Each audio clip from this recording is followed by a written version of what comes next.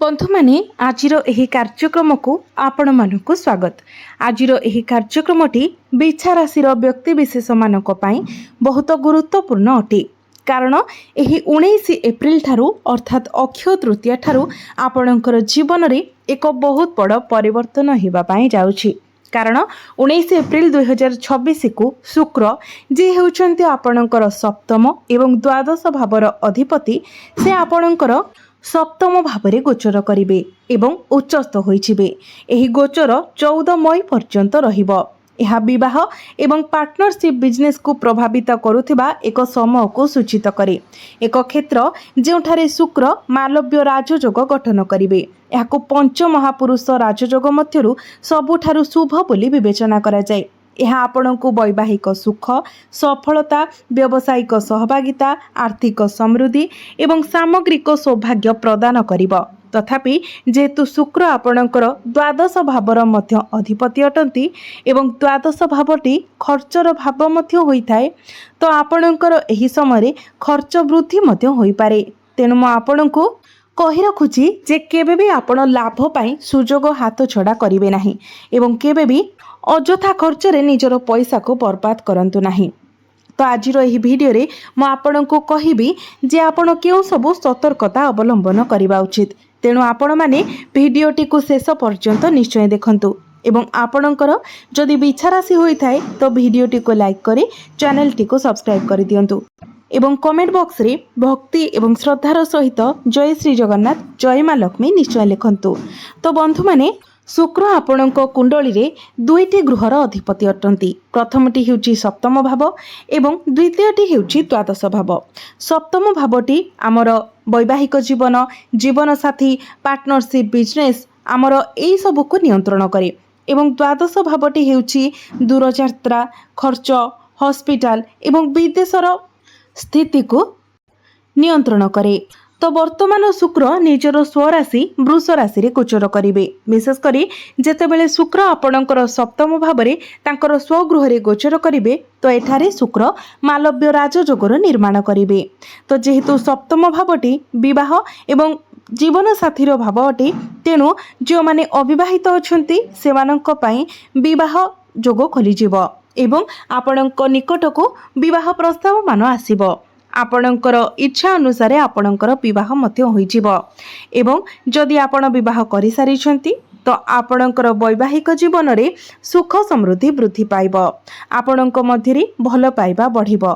जदि आपणक मध्यरे पूर्वरु कोनोसी प्रकारर मतांतर थिला तो से सब दूर होइजिवो। एही समय आपण किछि नूतन पार्टनरशिप बिजनेस स्टार्ट करि पारंती। कोनोसी डील आपण नै पारंती।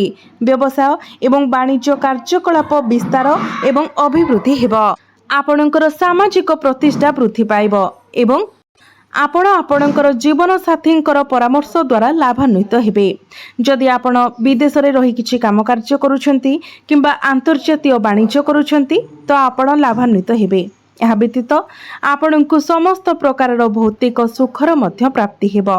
मालव्य राजयोग विषय कहिबाकू गले बृहत जातकर 13 अध्याय रे वराह मिहिर कहिसंती मालव्य जोग अधीन रे जन्मित व्यक्ति सुंदर धनी आनंदप्रिय एवं कर्तृत्वपूर्ण स्वभावर अधिकारी। तेणु मालवज्जोग सह जन्मित व्यक्ति सौंदर्य समृद्धि विपरीत लिंग सहित लोकप्रियता विलास प्रति आग्रह एवं नेतृत्व गुण द्वारा वर्णित होती। जेतेबेले एही निर्दिष्ट जोग आपणकर सप्तम भावरे प्रकाशित हेउची सेतेबेले आपणकर सौभाग्यर क्षेत्र विवाह एवं सहभागिता सहित अविच्छेद्य भावरे जड़ित होई जाए।